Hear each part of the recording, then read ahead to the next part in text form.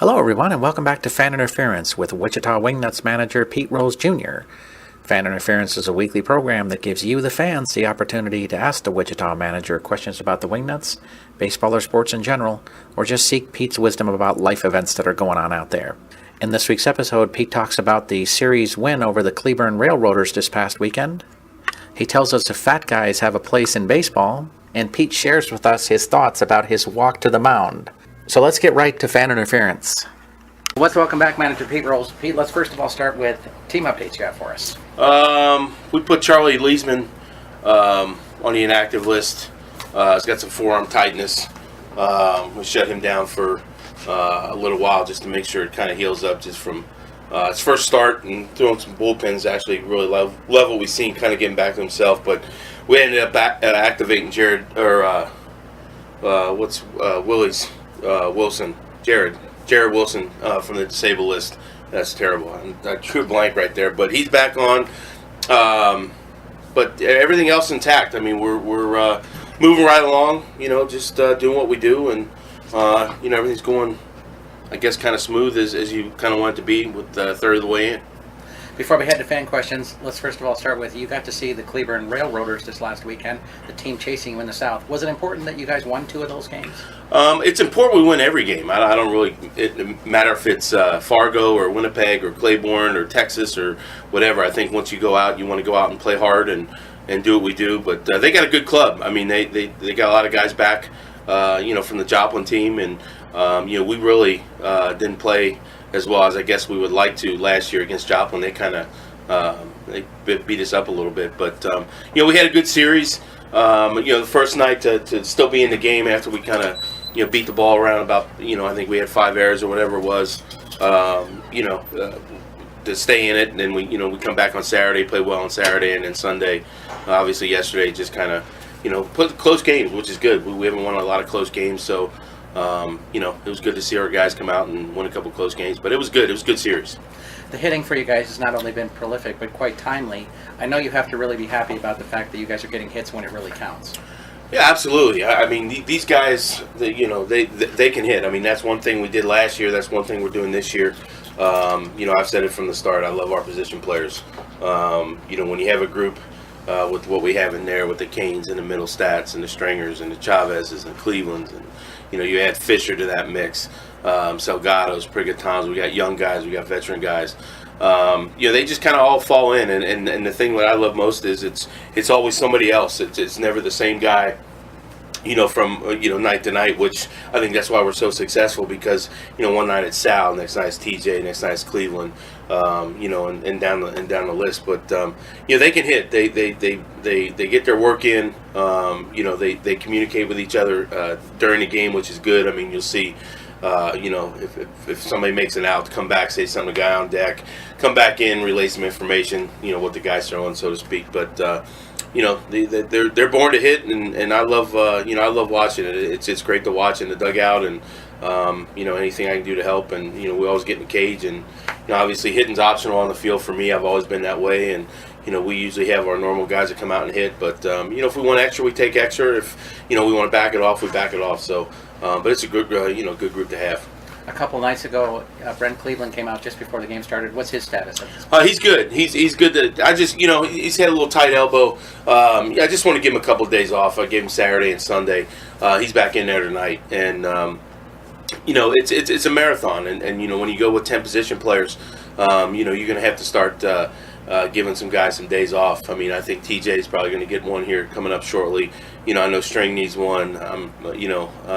Salgado's played pretty much every day. Medina's played every day. But, when we're as versatile as we are, and you can put guys in different spots, if it's, Marty Medina playing first or playing third, or Fish maybe playing in the outfield or playing first, Cleve's going to start maybe taking some ground balls over there first, just to kind of, maybe spell Chavy is not playing every day, get a half a day off, as we call it, when you go to DH. So, it's just it's a 10 position players, and we're getting into the dog days, so to speak. So you're going to have to start sparing guys, but we're doing. He just needed a couple days. We got him a couple days. Good to go tonight, and we'll be back at it. With Charlie Leesman going on the inactive list, does Eddie Medina fill that spot? Yeah, Eddie's going to stop. He's basically piggybacked Charlie ever since the last 2 starts I think Charlie's had. So, and then obviously we skipped Charlie in the Salinas series, so Eddie took his spot, which in normal rotation. But yeah, he's going to take Charlie's spot, so he'll pitch Game 3 of this series. It's both years tonight, Kuzma and then Eddie, and he's been doing a great job. I mean, he's earned it, and he's a guy that can throw out the bullpen, can be a short guy, can be a long guy, and can be a starter. Well, let's head to fan questions. First of all, is Brandon from Wichita. He'd like to know, if beating a guy is such a big part of baseball tradition, why don't you really see that in the American Association? I think you do see it, but I think that this league, there's a lot of good veteran players, so I think they kind of keep the younger guys in order on this is how you play the game, this is kind of what you do. So it's definitely, you definitely see it. Obviously, managing here and obviously being a player here, it happens, but we're not on TV as much as the big league guys are, so I'm sure that's probably why you don't see it as much. I think I've only seen 2 instances in the last 3 or 4 years. Yeah, it's that should tell you, it's a kind of a plug for the league to say, it's really good baseball. I mean, there's not a lot of guys that go out and showboat it and try to do this and try to do that, and if you can do that and police it yourself, I don't think the TVs and the medias and everything else need to get involved. But I think you're right. I think there was only 1 or 2 incidents happened last year, and they weren't nothing big. So. Tyler would like to know, is there a point in the season where you think you can properly assess the team to know if there are changes that needed to be made, and what is the point if there is one? I think you're always kind of assessing everything, but as we talked about, I'm not a transactions kind of guy. I think that being a former player, I think if you know that you can come in here and you can fall on your face, so to speak, and you don't have to keep looking over your shoulder or when am I going to get released, and kind of calm down and play, I think you're going to have better success. So, we're doing all right now. So, we try to assess, what we need, if anything, on a daily basis. We talk in here in the coach's office and everything. But we've been happy. I mean, how can you not be happy, with the guys you get to run out there every night? I mean, it's basically the same group from last year with maybe 5 new guys, and you lose some key guys, but. If it's not broke, we're not going to try to fix it. So, I'm not going to dig into trying to fix anything. But, if you get a player that a once-in-a-lifetime player comes by, you may have to entertain it. But it doesn't mean you go ahead and do it, because I think once you start changing stuff, it changes the atmosphere in a clubhouse. And, guys get comfortable with, God knows, who his locker mate is, to his left, to his right.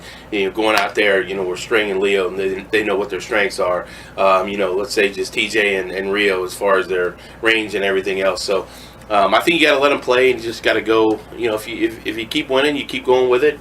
And if they struggle, you let them struggle, and then you see how they respond to that, and then you kind of assess it from there. I think fans sometimes get the idea that there isn't more to a player than stats. For me there is, because you could look at all the stats, but you don't know him as a player. You don't know how he is in a clubhouse. You don't know how he is around his teammates, and I think that's the intangible for me, to where all my teams, first and foremost, our clubhouse is one, and I think all the great teams I played on, and I can go back to my 2007 and 8 team in Long Island, which our clubhouse was big leaguers, and we cared about each other. And I think that's first and foremost. But you know what? At the end of the day, I think if you got a guy that's maybe not hitting the way he's capable of hitting, but you turn over his baseball card and he's a 300 hitter, well, I think that's what you're talking about, to where he's going to, at some point, going to find it and get back to doing it. But I think the intangibles is what kind of person he is. Does he play hard? Does he care about his teammates? Is he a good teammate? And I think that all kind of goes in together, and that's how you kind of figure things out. Travis from Wichita would like to know, he says, you talked about how you think baseball could be kind of boring. What would you like to see happen to make it more exciting? I don't think I can. I don't think any. I'm just. I think from playing so long and just being around it, once the game's over, I just want to go home and I don't want to watch it. I don't want to talk about it, unless it's my sons or my daughters, or if a former player will call me, obviously. But I don't think it's got nothing to do with the game. I just think it's. I've been in it so long. I played here, I played there. It's just, I'd rather watch something else on TV as opposed to watching highlights or watching baseball. So I think that's the main reason for me, is saying it's so boring. But if my son wants to go to a game, I'll take him to the game. But once you sit in the dugout in the big league game, it's really kind of pointless to kind of sit up in sit up in the stands. I was just home last weekend for my dad's thing, and you got to sit in the box, which was great. I think we left in the 5th inning because it's not like being down, where you used to be in. And plus, I go to the ballpark every day, so I really spend time at home. I was gonna say, it's not like you haven't seen like 30,000 games. Yeah, exactly. It's once you've seen one, you've seen them all, and it's just once you have to sit in the stands and you got people, you can't walk around if you want to spit or cuss something or yell at somebody, you can't do it. So it's just a little bit different. Next up is Darren from Park City. He says, "Why don't you see really chubby guys in baseball anymore? What happened to the Cecil Fielders and Greg Blazinskis? Isn't there hope for a fat guy anymore?" Always hope for a fat guy. I mean, that's. I think that's why a lot of guys pull muscles, because they're so tight and they don't have enough body fat. But, now in today's game, you got to go into spring training already in shape. I remember going to spring training. That's, you went to spring training to get into shape. But it's just different, with the weights and the nutrition and, all the tighter uniforms. I was a baggy. My uniform has always been baggy and never tight. Nowadays, it's no undershirts, tight as can be. Kind of models out there, but there's definitely hope for a fat guy.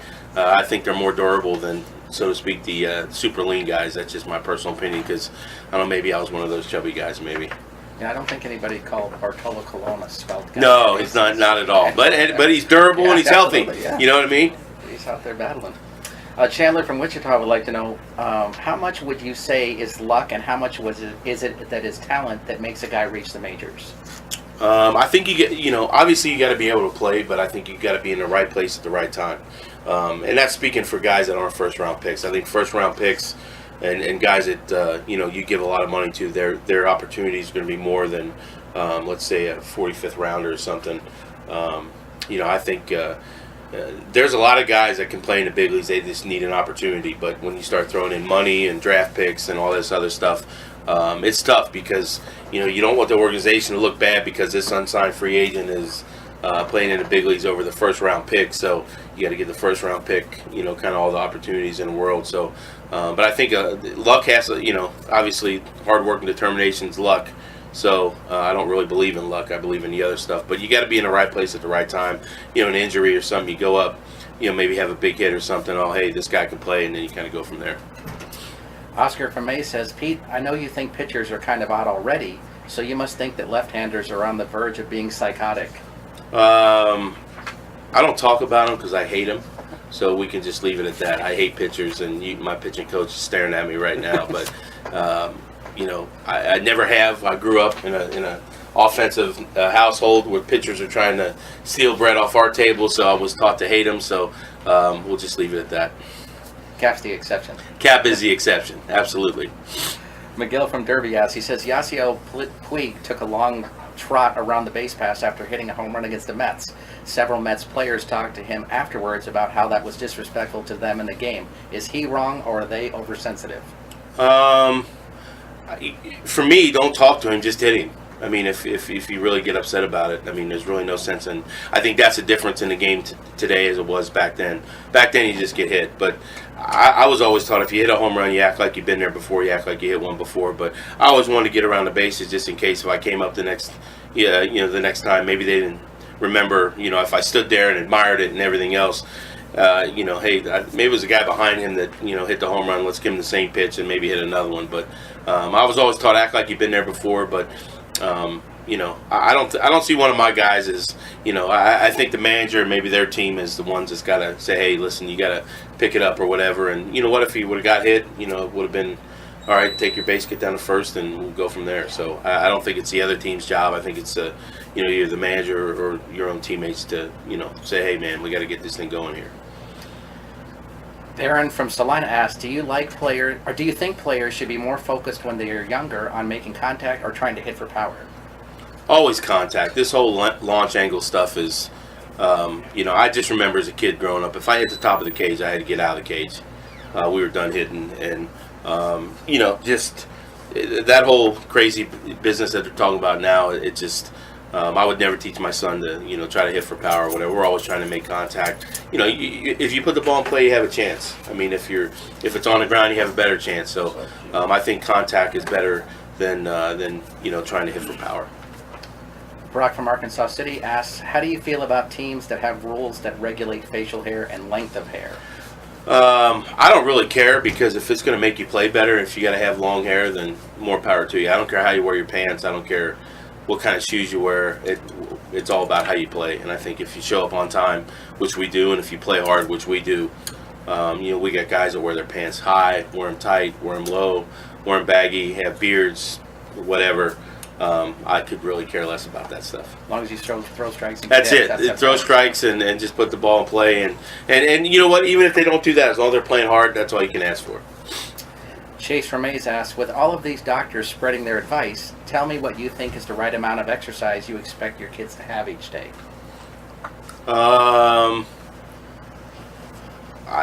We don't really have a limit.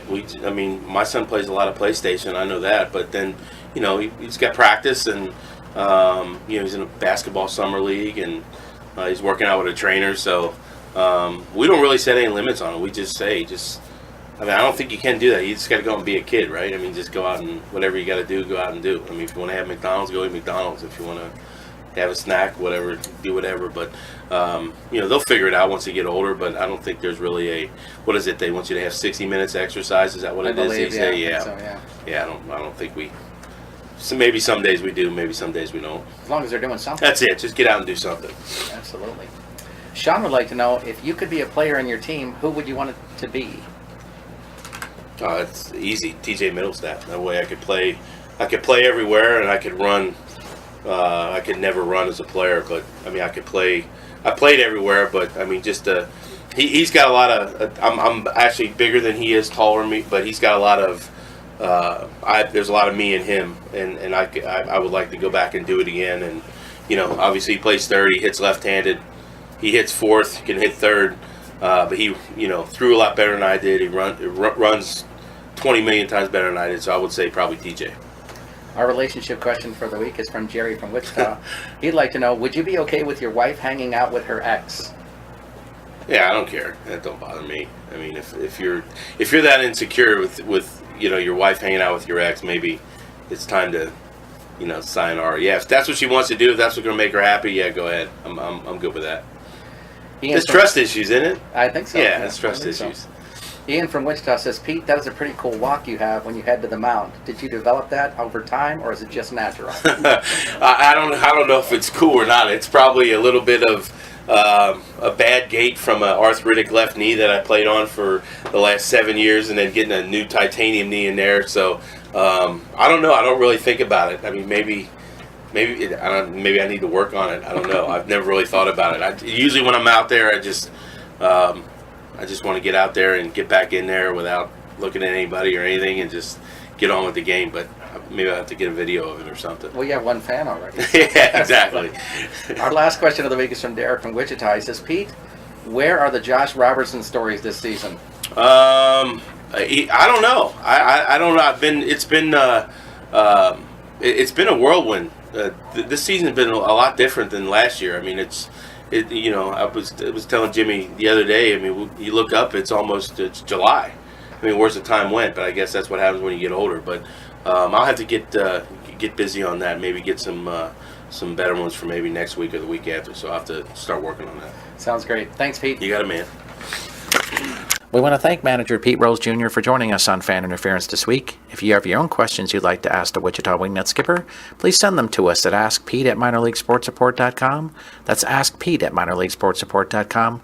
Please have your questions to us by Sunday evening so we can give Pete a little time to review them before we record the show. I'm Rob Pannier, the managing editor of the Minor League Sports Report. We'll see you next time.